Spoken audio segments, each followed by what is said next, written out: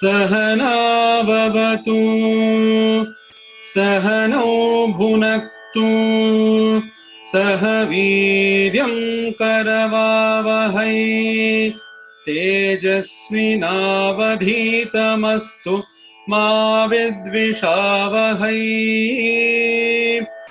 ॐ शान्ति शान्ति शान्तिः। Namaskar to all and welcome to the next session of the Bharatiya Darshana Shastravali series. The last weekend we started with the series on Vedanta. We saw an introduction to Vedanta and we looked at two major schools of Vedanta, the Shankara and Ramanuja Vedanta. Today we are going to look at another major system of Vedanta of Madhvacharya, Dvaita Parampara. And to take us through this session today, we have with us Dr. Pratosh AP. Namaskaram Pratosh and welcome to the series. Namaskar. Dr. Pratosh is an assistant professor at the Department of Electrical Engineering, IIT Delhi. He's a doctorate from IISc Bangalore. You might be thinking, what, with all these credentials, how is Pratosh related with the topic today? He belongs to the Madhva Parampara. He has participated in many of the Vakyartha Sadas, particularly in Indian epistemological and Vedantic systems, including Advaita, Dvaita, and Bauddha. He learned Sanskrit in a traditional Gurukula system for nearly 16 years. He has studied the Ashtadhyayi, the Mahabhashya, and can converse in Sanskrit better than all other languages. So here we see a very beautiful congregation of traditional and modern knowledge. So I'm sure the lecture is going to be very interesting for all of you. So I welcome you again, Dr. Pratosh. Thank you. Thank you. And I offer the stage to you. No, please take it ahead. Thank you. Thank you, Subramaniam ji and the Chinmaya University for the wonderful opportunity. So let me begin with an invocation on Bhagavan Shri Krishna and Madhvacharya. Shri Gurubhyo Namaha. Shamayan Bhavasantapam Ramayan Sadhu Chatakan Krishnamegha Krupa Drishti Vrishtya Pushnatu Mamapi. Namaste Pranesha Pranata Vibhavaya Vanimakaha Namaswamin Rama Priyatama Hanuman Guruna Namastubhyam Bhima Prabhalatama Krishneshta Bhagavan Namashriman Madhva Pradisha Sudursham No Jaya Jaya Apadamoli Paryantam Guruna Makritim Smaret Tena Vidghnaha Prashyanti Siddhyanti Jamanorathaha. Shri Gurubhyo Namaha. Okay, so as Subramaniam ji was just mentioning, have just been a student of a part-time student, if I may say, of Indian darshanas and philosophy for about 15 years now. So all that has kept me in the study of darshanas, despite being a student of electrical engineering, computer science, is the kind of curiosity and the rigor and the depth that is associated with the Indian darshanas. I'm sure that the learned audience here already know about it. So today, I was told to speak about one of the famous schools of Vedanta, which is the Tattvada, or the Vedanta that is propounded by Sri Madhvacharya. One interesting comment is that Madhvacharya never calls his Vedanta the Dvaita Vedanta. Right? I mean, because it is perceived as something that is antagonizing the Advaitic school of thought, people famously call it Dvaita Vedanta, but the name that he gave to his Vedanta was Tattvavada. Okay, so I know, I suppose that a lot of audience know what Tattva means, right? Tattvam anarupitam pramiti vishayaha iti yavat. So that is the definition that he gives of what Tattva means. Tattva refers to things as is, right? So Tattvavada refers to things or proposing things as they are, right? So that is why he calls his Vada the Tattvavada. Now, as a lot of you know, Madhvacharya was a philosopher that came between the 12th and the 13th century AD. So he took birth in a place called Pajaka Kshetram, that is near Udupi of Karnataka. Then he took sannyasa at a very early age, as with all great acharyas, and then he came in the traditional school of Advaita, and he studied Advaita very well. Then he thought that, okay, there are some things that are to be explained in a different way. So he started creating his own flow of thought in the name of Tattvavada. And he traveled across the country and had a lot of debates and made a lot of students and shishyas across the country, as with the case with all the great acharyas and sampradaya pravartakas. So I will not dwell more into the historical aspects of Madhvacharya and its life, because it's available elsewhere.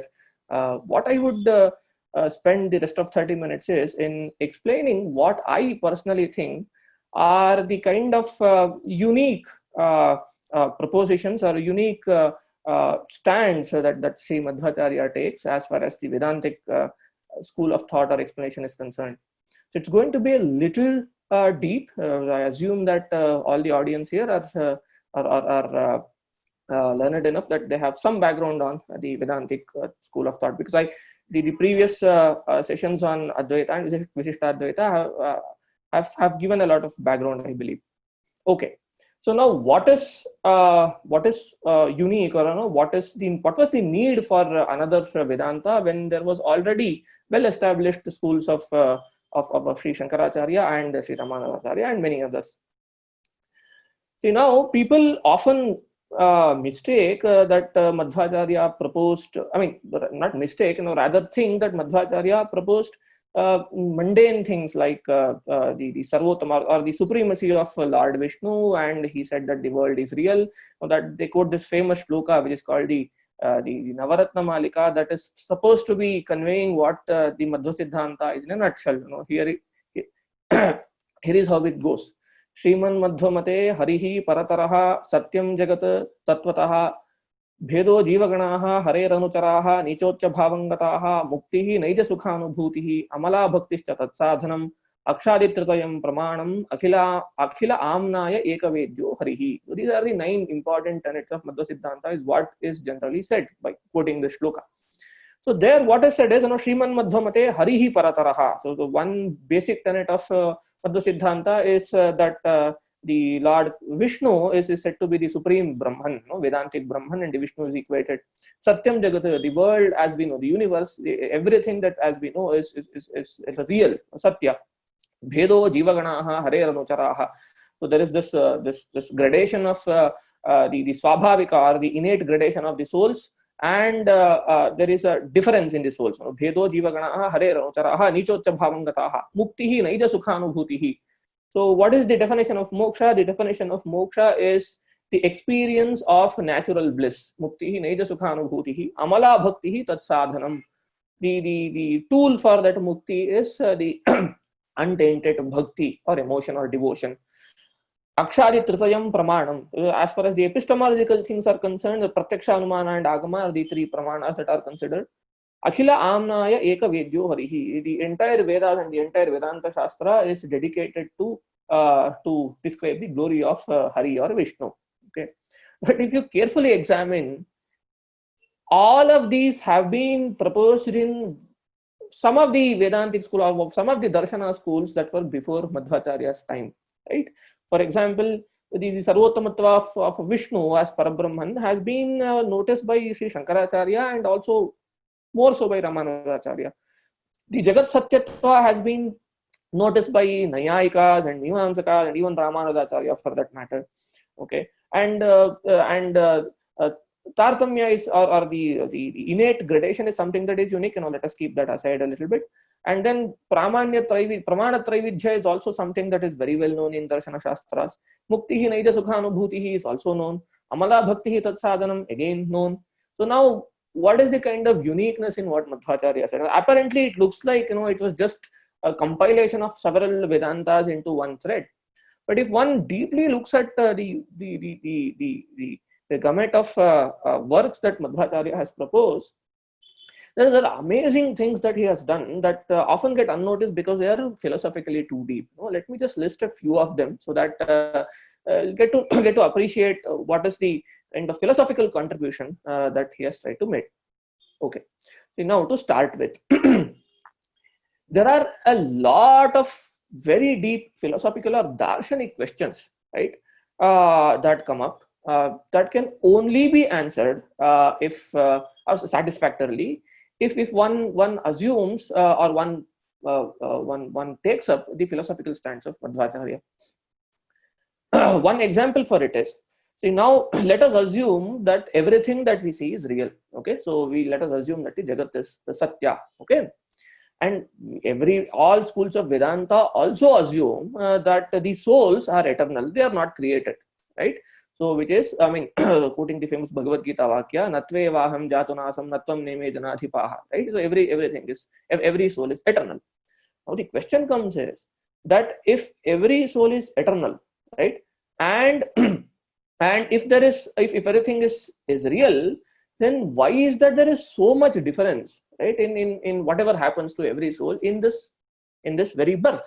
Okay, so it is not only in this very birth. If the souls are eternal, right, so they are not created. What does it mean? It means that created. Natveham jatunasam natvam neme janadhipaha nateva nabhavishyamaha sarve vayam atah param. So now you are assuming that everything is real. You are also assuming that no souls are created.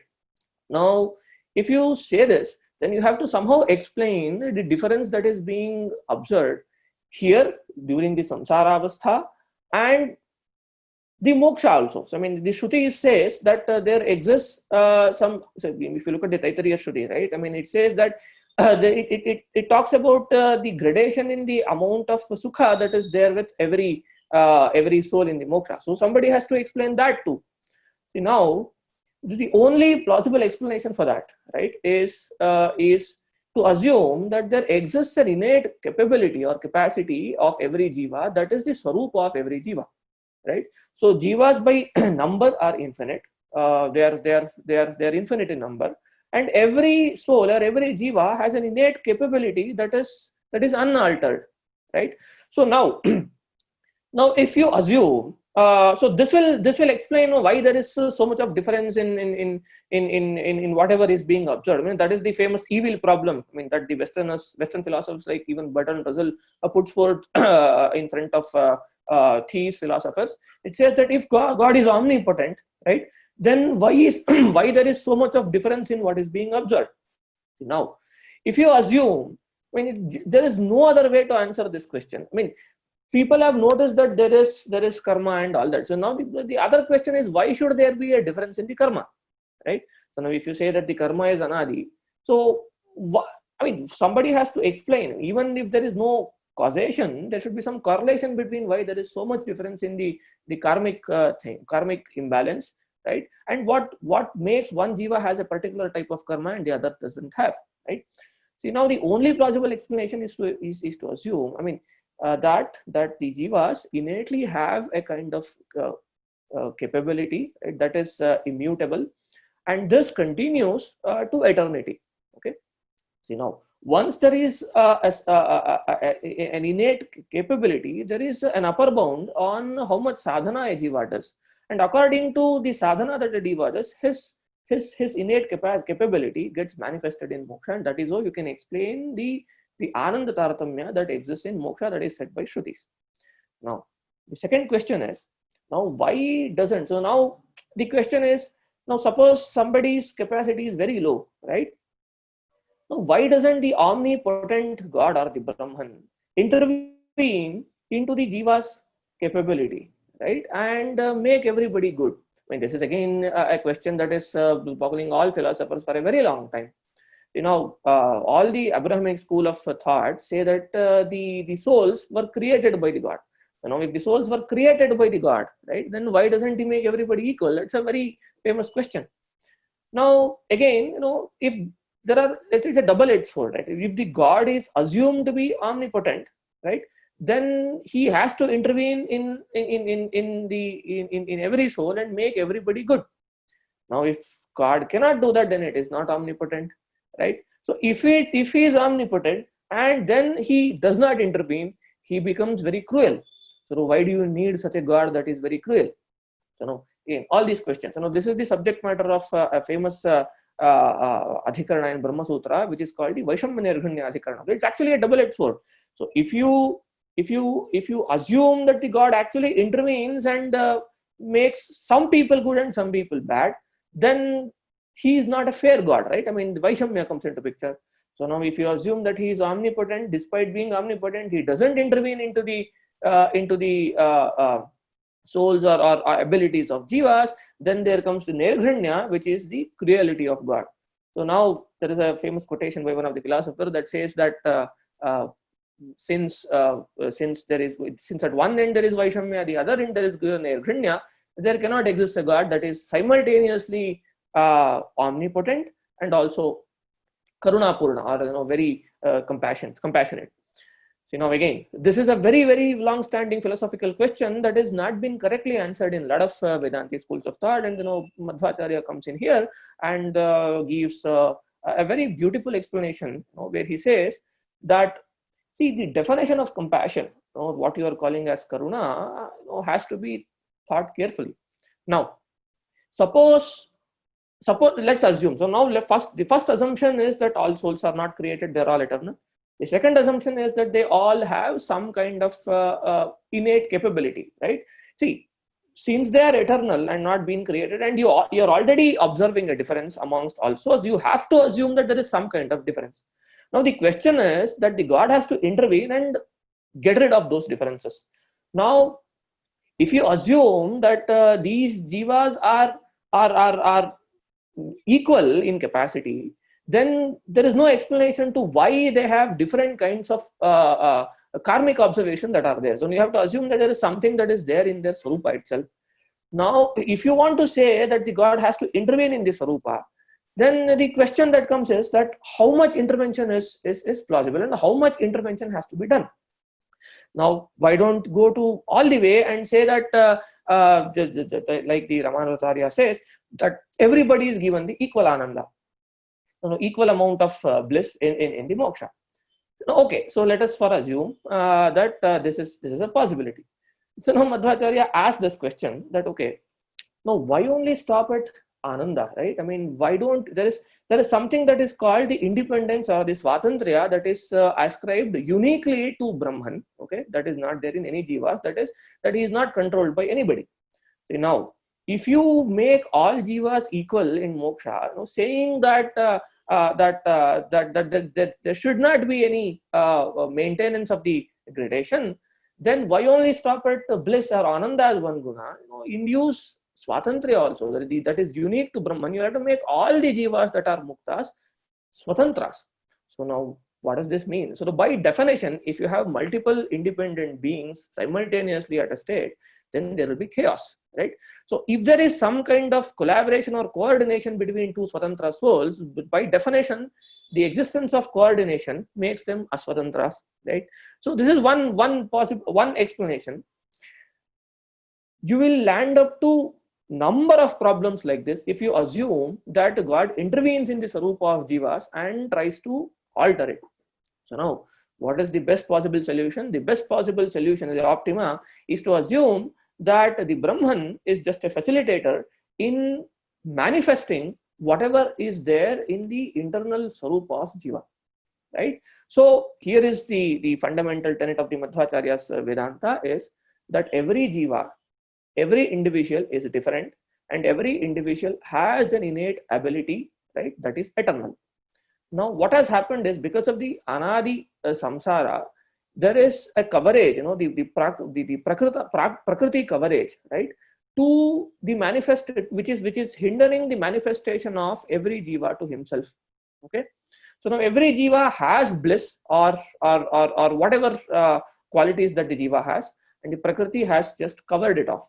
Now, what is the role of Brahman is to give them an opportunity by bringing them into the creation to manifest themselves. So that is where this muktihi naija sukhanubhutihi comes into picture.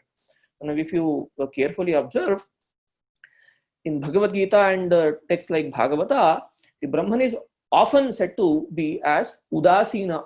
So udasina vadasinam sarvabhuteshu. So what is this idea of udasina? The idea of udasina is that the Brahman doesn't intervene into the innate abilities of the jivas, but he only facilitates everything that is needed to manifest whatever is there inside the jiva.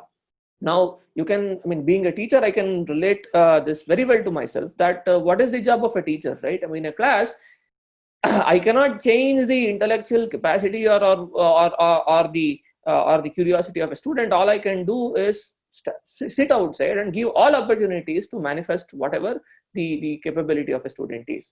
So now this explains many questions that have been asked by even Western philosophers about the theistic school of philosophies. This is an example. The other very important and the unique proposition of Sri Madhvacharya is the following. Now, if you assume, the other assumption that he makes, unlike other philosophers, is that the entire gamut of texts of philosophy, which he calls the Sapta Mahashastra, which is the entire Vedic text, and the Itihasas, the Puranas, the Sutras, and every possible Indian text, it is only him, the Madhvacharya, who assumes that everything is Pramana. Now, if somebody assumes, I mean, if somebody has some experience in dealing with Indian texts, one can readily see that there are lot of apparent inner contradictions between what is said in one part of the Vedas and the other part of the Vedas, one part of the Purana and the other part of the Purana.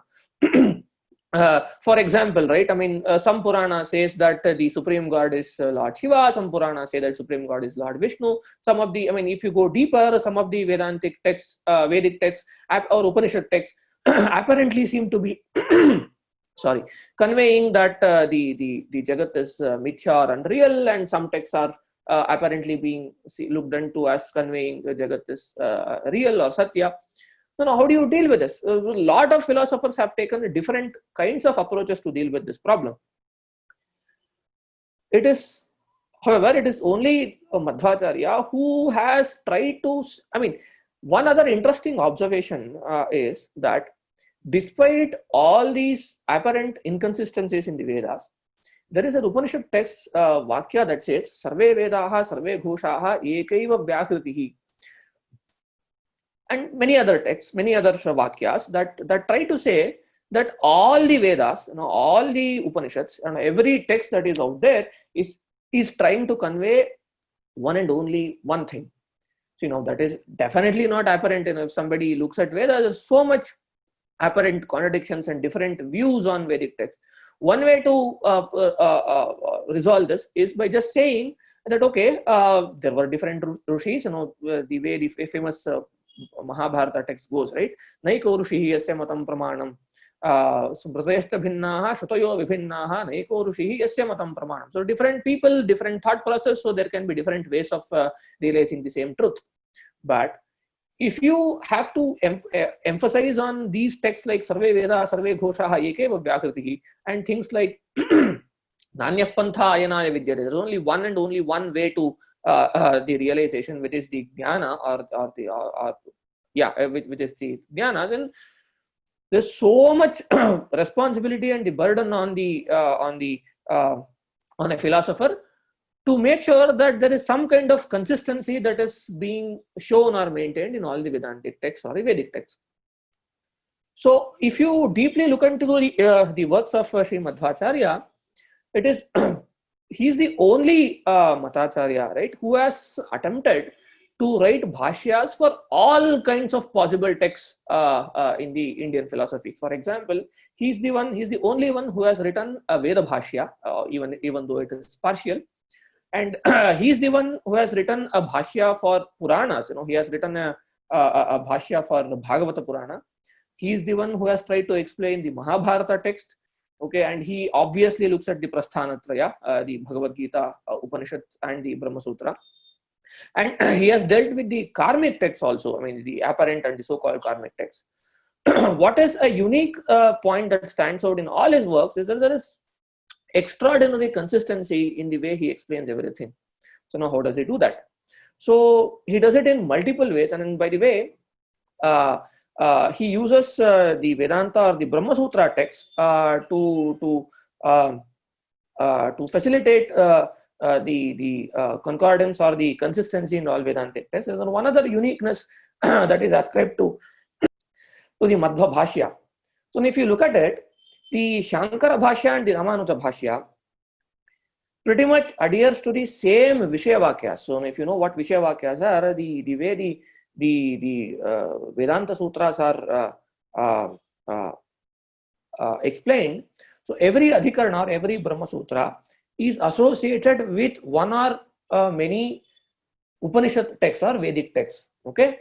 So now Brahma Sutra, as assumed by every Vedantic school of thought, is there to explain explain or resolve the inconsistencies between different Vedic texts.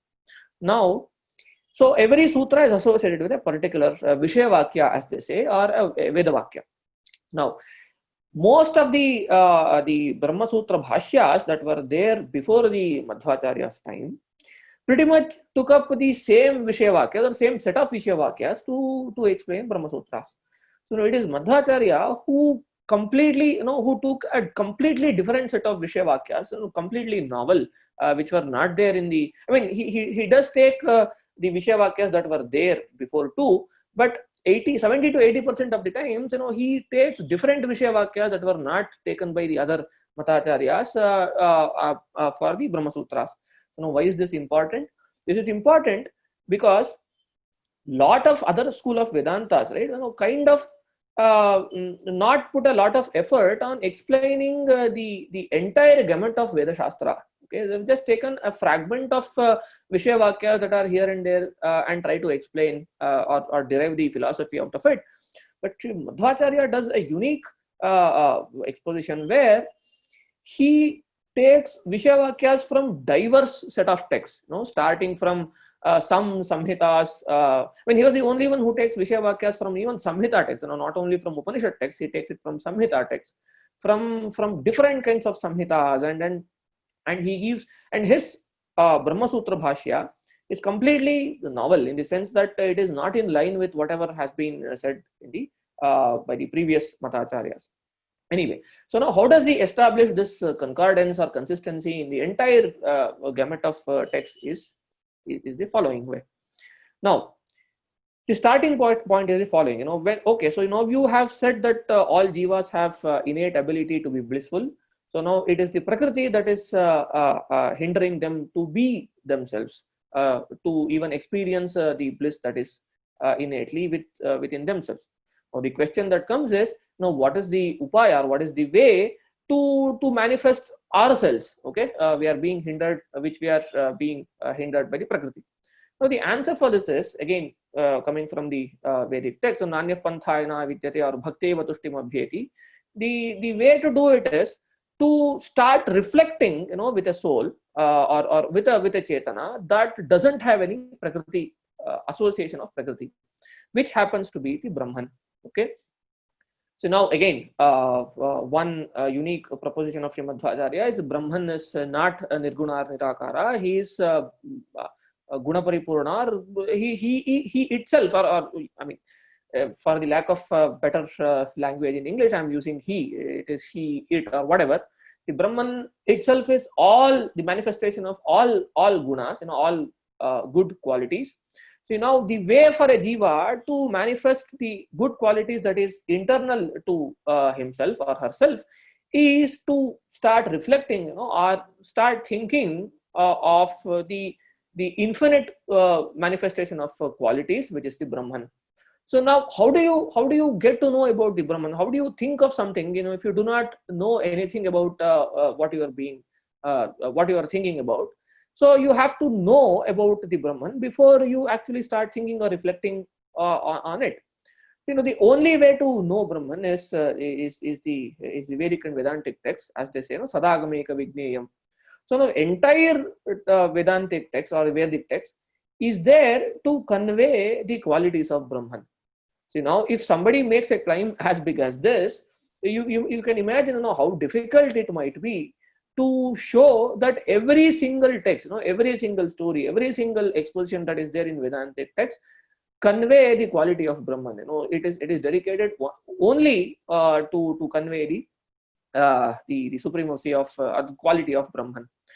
he has used the tenets of Brahma Sutra very beautifully to establish this fact. Let me not go to the details. Now, one other important aspect to be noted is that in his Veda Bhashya, so he's the first one to notice that there are different levels of or different pedestrians of meanings for a single Veda Vakya. He says Tyarthatam Shrutishu. What is very heartening is that for whatever Veda mantras that he has written a Bhashya, which is about the first 40 suktas of the Rigveda Samhita as we know today, he has given 3 meanings for every single mantra. Okay, so he says that there are at least 3 levels of meaning. The first level of meaning is the devata or whatever is the apparent meaning of the mantra. The second level of meaning is the adhyatma meaning, that is that which refers to the internal sadhana or things that is internal to jiva sadhana. The third level of meaning is, of course, the paramamukhya vritti or the explanation that is pertaining to the Brahman or the qualities of Brahman. So he gives 3 meanings, which are not off text, and you can actually see those 3 meanings being derived from the Vedic text for every single mantra that he gives a Vakhya to. Again, he makes use of all the Brahma Sutra rules, Brahma Sutras, Vedanta Sutras, to derive such meanings from Vedantic texts. The other unique observation that I have made by looking at the Madhva Siddhanta is the following. So, when I was a PhD student, and now I've advised a lot of PhD students, my advisor used to give me this advice, and I tell my students this thing as well. It is a well-established tenet in modern scientific studies, is that whenever you make a claim, okay, whenever you are making any kind of a claim, justify it either by an experimentation, empirical evidence, or with some kind of a previous evidence or a citation. One may see this thing in all of the works by Sri Madhvacharya, where he doesn't even say a single thing without citing a Mula Grantha. So everywhere, this is a very, very unique kind of way of exposition that is there in Madhva's work, where every single, if you look at his Brahma Sutra Bhashya, every single claim that he makes, he backs it with some kind of Shruti or Smriti. He says, Tatchoktam Skande, Tatchoktam Garude, Tatchoktam Pautrayana Shrutau, Tatchoktam Mathara Shrutau. So he gives a citation for every single claim that he makes in his Bhashya, right? Because the idea is to show that I'm not making up things, but there is always a proper evidential backing to whatever I've been saying. Other important observation that can be made about Madhvacharya and his life is he was pretty much a polymath, okay, in the sense that he was not a dry Vedantin, where he only talked about Vedanta or difficult or dry Vedantic things. He was responsible for the creation of this wonderful parampara of what is known as the Dasa Sahitya parampara that is unique to the proponents of Madhva Siddhanta, right?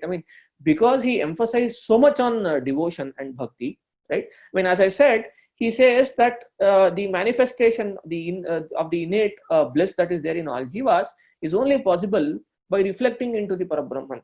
So what do you mean by this reflection? This reflection is nothing but deep association, and a deep association is what is known as the bhakti, right?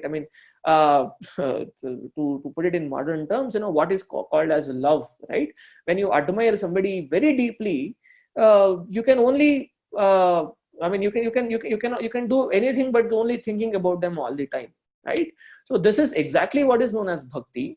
Okay, so because he emphasized so much on bhakti, there was a unique parampara that was started inspired by him, which is called the Dasa Parampara, which made the tenets of the Vedanta accessible to common people, right?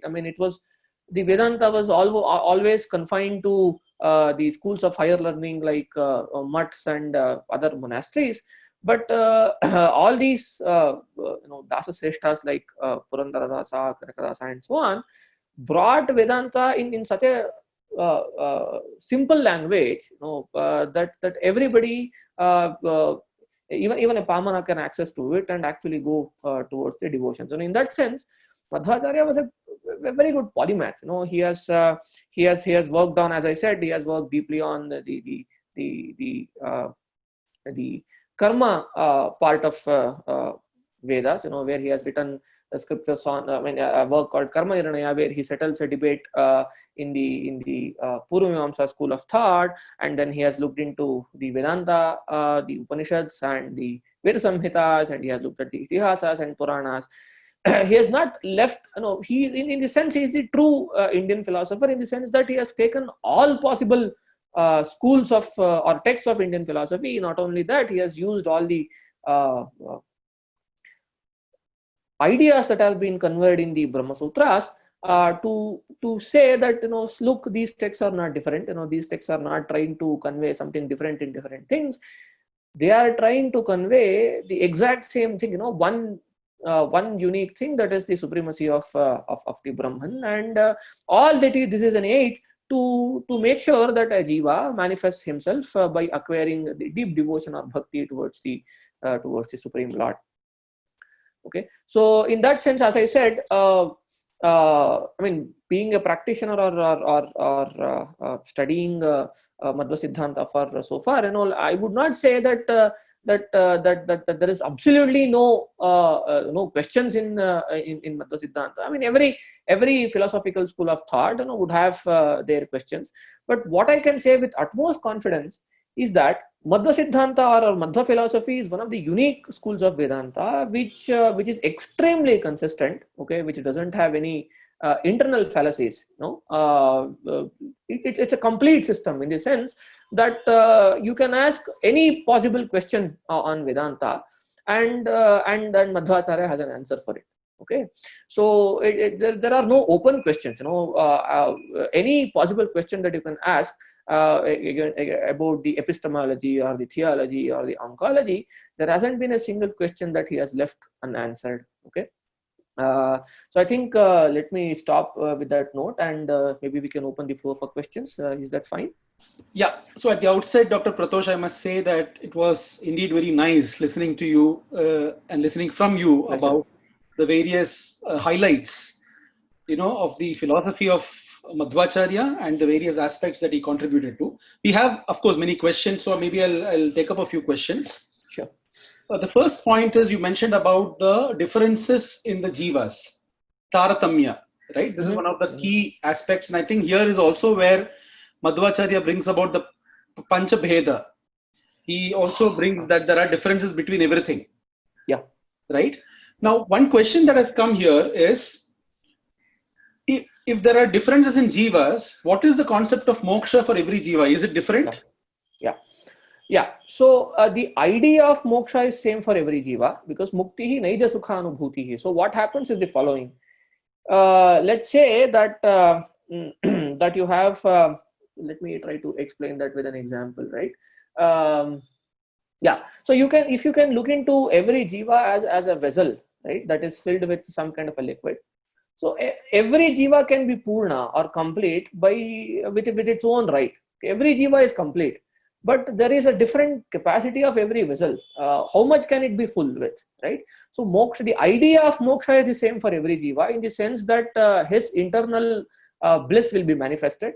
But what will be different is the amount of, we all have experience. There is a gradation in the amount of happiness that we experience with different Vishaya Sukhas also, right? For example, somebody might feel more happier, doing X versus doing Y. So it is a matter of common experience that there is gradation in happiness, okay, or Sukha. So now just extrapolate that to the moksha also, that every jiva will be purna. Every jiva will be experiencing his innate pleasure to his or her fullest capacity. So in that sense, the idea of moksha is the same, but there is still innate capacity, because it's pretty simple, right? What is innate or what is swarupa, swabhava cannot be changed and should not be changed. That's all. So whatever is inside will just get manifested to its fullest capacity. And this innate capacity, as you mentioned earlier, probably is something that is already predefined. Yeah. So it is not defined by anybody, right? The very word Swabhava means that it exists. So every jiva just exists, just like Brahman exists. Every jiva also exists, right? Nobody created it. It just exists. So in See, short, all the yeah. sorry. Please go ahead, See, please. a lot of problems arise if you try to change, what is innate ability of something, right? See, if you try to make a hydrogen a helium, the hydrogen ceases to exist. See, all he is trying to say is that, okay, there is a periodic table and there are hundreds of elements. Everything has its own capacity, which is eternal. So what happens, this entire journey of samsara or sadhana is to make sure that your innate capacity is manifested to its fullest possibility. And one other question with related to this. So when you say mukti or moksha, so you mentioned about realizing the fullest capacity. So is there rebirth for a mukta, or does he go to a particular world? So what is the concept there? Yeah, very very good question. I kind of I wanted to say this, but missed it somehow. See, to me, only Madhva Siddhanta kind of explains the idea of Jivan Mukti very nicely.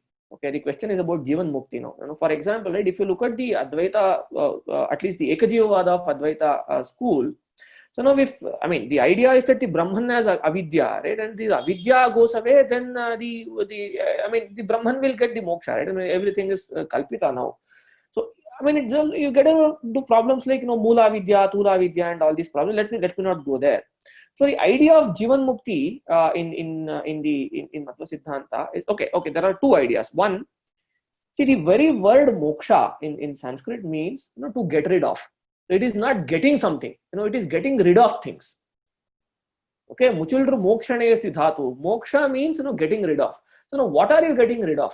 Right? You are getting rid of the prakriti sambandha, or the association of the prakriti that is there, which is prohibiting yourself to be yourself. Right? So now, what happens? I'll have to go to a little bit of details. One, after you get rid of the prakriti bandha, there need not be a particular place where the jiva has to be. Even Upanishad says that jnati bhiriva yanairva. So the jiva can be anywhere. It doesn't matter where the jiva is once the prakriti bandha is gone. But if you are asking about the Jivan Mukti as an idea, the state of Jivan Mukti is explained in a very nice way.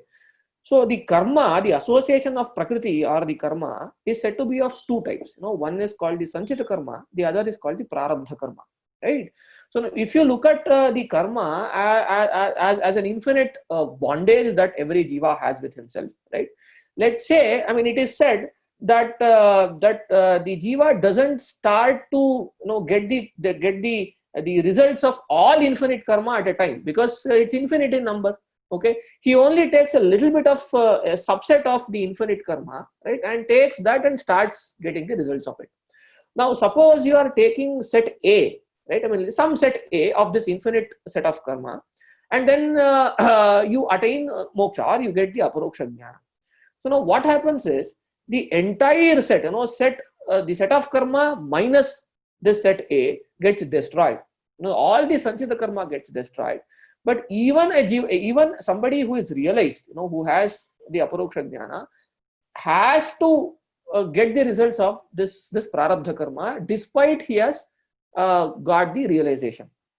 Now, the state between getting rid of all sanchita karma and the time that one takes, which is of course finite, to get rid of this set that he has already started to get results of, which is the prarabdha karma, that time is known as the Jivan Mukti. Right? And it is unique for every jiva, right? See, these problems of, what happens if one jiva has gotten the Jivan Mukti, what happens to the other jiva doesn't occur, because every jiva is completely different, and the fact that one jiva has attained moksha is independent of the other jivas attaining moksha. And that is how you can explain this eternal cycle also. Dhata yatha purvam akalpayata. Since the number of jivas is infinite, jivas by number is infinite. So what happens at every srishti is that the Brahman takes a certain finite set of jivas into srishti. Okay, these people do their sadhana and get liberated, and a new set of jivas comes into srishti, and this cycle is eternal. So when you say, so my point here was, even if you talk about Jivan Mukti or liberation, so this Jiva doesn't take rebirth again then? No, he doesn't take rebirth. No, by birth, if you mean the association of Prakriti, it doesn't happen. If by birth you are thinking of having another body at will, that can happen. Okay. Which is again aprakrita. For example, right? I mean, we are in Madhva Siddhanta, it is assumed that Rama, Krishna, and all these avatars are actually births of the Parabrahma, right? So now, how do you explain that? Parabrahma, by definition, he is a mukta, right? How does he is taking birth, right? But he is not getting the Prakriti Sambandha, which means that your innate swarupa or the ability doesn't get covered again with Prakriti. In that sense, there is no rebirth. Yeah. Okay. There is one more question that somebody has asked, that it seems that Madhvacharya has also commented on the Gaudapada Karikas. Is it true? Yeah, so that's a little bit of controversial thing. So some people call it the Karika that is being probably talked about is this Maya Matram Idam Dvaitam Advaitam Paramarthataha. This is the one. Some people think that this is a part of Mandukya Upanishad, and some people say that it is Gaudapada Karika. Yes, he has commented on this. And there is a debate that it is a part of Mandukya Upanishad and so on. Yeah. Okay. And is there any basic book or Prakarana Grantha that you would suggest for understanding the basic tenets of the Madhva philosophy? There are many. I mean, it depends upon who is asking the question. Let's assume the beginners. Let's assume the people who don't know about the philosophy, they want to start off with the philosophy. So English version, there was one Professor Nagaraj Sharma whose works are. There is one book called Reign of Realism, which is a collection of all Madhvacharya's Prakarana Granthas, very scholastic and a very big work. That is one thing that one can refer to. And of course, there is Dr. B.N.K. Sharma's work that would summarize Madhvacharya's philosophy. Yeah. Okay. And if you want to go into the originals, there is of course all the commentaries of Sri Jayatirtha on the Prakaranas of Madhvacharya. There is those books. Okay. So I would invite Dr. Mahulikar ma'am to say a few words. Yeah, okay. Thank you, Paritosh ji, for a good exposition on this darshan as well. For the lay person, perhaps, there are many beginners here. Let me explain the Pancha Bheda. What are the 5 Bhedas in Madhva Siddhanta? They are basically, as I was saying, there are 3 principles around which every philosophy, revolves. It is Jiva, Jagat, and Ishvara. So the Madhva principle, because Madhvas, they believe in the reality of Jagat as well as the reality and multiplicity of the Jivas, the Bhedas come right from there. For example, there is Bheda in Jiva and Ishvara. Jiva Ishvarayoho Bhedaha. Then Jiva Jivayoho Bhedaha. You are different from me and he and she. Okay? Jiva Jivayoho Bhedaha. Jiva Jadayoho Bhedaha. There are 3. Then Jada Jadayoho Bhedaha. One Jada Padartha is different from other Jada Padartha. And Jada Ishvarayoho Bhedaha. So this is the concept of Panchabheda, which is very basic and at the root of this Siddhanta. And because they believe in such Bhedas, they are called as Dvaita. As Paritosh ji rightly said, Madhvacharya nowhere calls his Siddhanta as Dvaita Mata. He calls it Tattvavada, but then because it believes in the duality and multiplicity, it is known as Dvaita. And the second argument was, because Madhvacharya refuted Advaita Mata, it became Advaita Mata. That is number 1. Now, when Jiva and Ishvara are different, about Moksha Avastha, he explained a little bit. So, Moksha is Vaikuntha, and in that also, the Bheda remains. As Ramanujacharya also conceived, the Bheda remains. That's what I was saying in the last lecture. Swami Sevakapana Dehi Masa.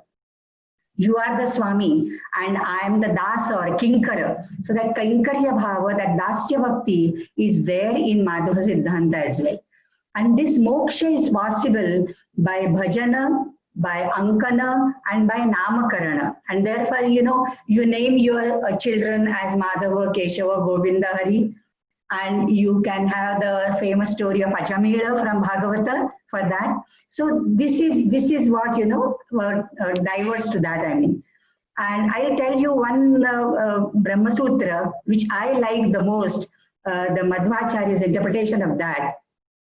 If you believe in the Veda and how insignificant the Jiva is in comparison to Ishvara, the Almighty, the Gunopasamharadhikarana, if you take the third chapter, third pada, Sadhanadhyaya, it talks about the Gunopasamhara, the Upasamhara. So that is wonderfully explained by Madhvacharya. And because Madhvacharya, as the Narada Bhakti Sutra says, Utpanna Dravide Deshe Vriddhim Karnatake Gata. So Madhvacharya is basically the exponent of the Bhakti culture, the medieval period, the Bhakti started. Madhvacharya is regarded as the exponent. And if you have that sort of Bhakti, how different you are and still how dependent you are on Ishvara. There is a sutra in Brahma Sutra, I think third chapter, pada, maybe second or third pada. Ateva Chopama Suryakadivat. Ateva cha upama Suryakadivat. Suryaka is the reflection of the sun. Okay, you get the reflection of the sun in the water pot, in a pond, in a lake, anywhere, in a river. Okay, there will be reflection of a sun. Now, is that reflection the sun itself? No, it is different. But the reflection will not be there if the sun is not shining in the sky. So the reflection is tad adhina. Okay? It is tat sadrusha. You call it the reflection of the sun and not reflection of the moon or reflection of a tree or anything else. So it is tat sadrusha. And still it is tad bhinna. So tad adhinatva, tad sadrushatva, and tad bhinnatva, these are the three things. Jiva is like Suryaka. Jiva is dependent upon Ishvara. Jiva is like Ishvara. Like Ishvara doesn't mean he becomes Ishvara or he is Ishvara. And therefore he is different from Ishvara. I think this is a wonderful explanation by Madhvacharya, and that really underlines, and highlights the importance of bhakti in Dvaita Siddhanta. So I would rather ask the participants to read, as for that matter, any book on philosophy, Indian philosophy, for a general introduction. And as he rightly said, B.N.K. Sharma, his son Dr. Bhavani was my colleague in Mumbai, B.N.K. Sharma's son. So B.N.K. Sharma's book is a wonderful book. So these are very good books. I think, yeah, otherwise I'll go on speaking. I should stop. Great, ma'am. I think that was a very beautiful overview, and also the specific aspects of the Madhva Siddhanta, which are very critical. And as a student of music, I must admit that Purandara Dasa, who's considered as the Pitamaha of Carnatic music, he's called the Dasa Sreshta. So in this Dasa Parampara that came from the Madhva Parampara. Yeah, similarly, the Raghavendra Swami and the entire, the Mantralaya and, Dharmasthala and the entire parampara of the Dasa Gitas, Dasa Ganas, and sung by Bhimsen Joshi also. I listened to them many times, yeah. And also they were very effective ways of, especially the Dasar Padams, as they call it, the Dasar Namas. To reach the common people, they reach the most esoteric philosophy in a simple words, and preaching devotion and bhakti to the common mass. I think so. Actually, Madhva Siddhanta, the Siddhanta is there at one place, as Dr. Pratosh also explained, right? The Siddhanta is at one place, but the interconnections and linkages it has got with so many aspects of the society, be it bhakti and other aspects, music, is too much. A lot of interlinkages that this Siddhanta. By the way, if I may, is one very unique thing that I miss saying. He is perhaps one of the first people to say that that there is no discrimination between men and women as far as the Jiva Swarupa is concerned, right? I mean, he gives equal status to all women, right? I mean, it's not a big thing, but still, I was reading something yesterday, and he said, in fact, he quotes. I mean, this is the context. He says, "Who is a rishi?" He defines what a rishi means. Vimshal lakshanato nunaha tapasvi bahuvedavitu veda ityeva yo vidyet. So there he gives a very nice observation. That's a Brahmanda Purana Vakya. He makes a very nice observation saying that here the linga of the word, right? I mean, even though the Pullinga has been said, it is of no significance because rishis can be both women and men. I read it yesterday.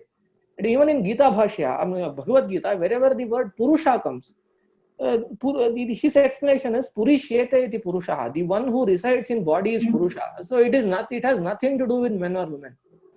Right? I mean, that is very in line with the Bhakti Parampara and the Dasa Sahitya also, that nobody is condemned by not going to, I mean, from moksha or realizing their individual soul. I mean, everybody is given equal opportunity. I mean, see, people often mistake that Madhvacharya is kind of divisive in his way. They never. I mean, if you look at his philosophy very carefully, all he's trying to say is everybody has their own capacity, and everybody can be full to their capacity.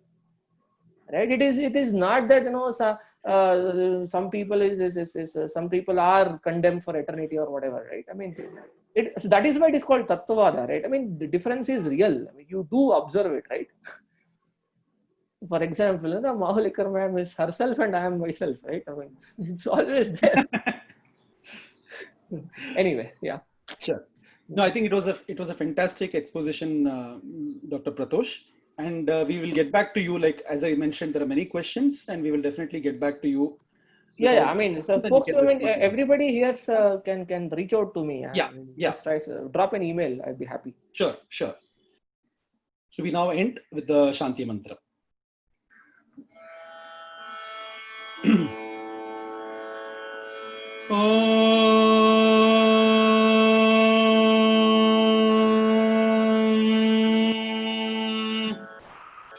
Asato ma sadgamaya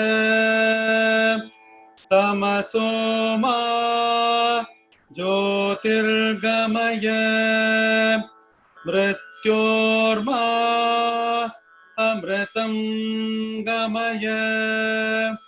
Om Shanti Shanti Shanti.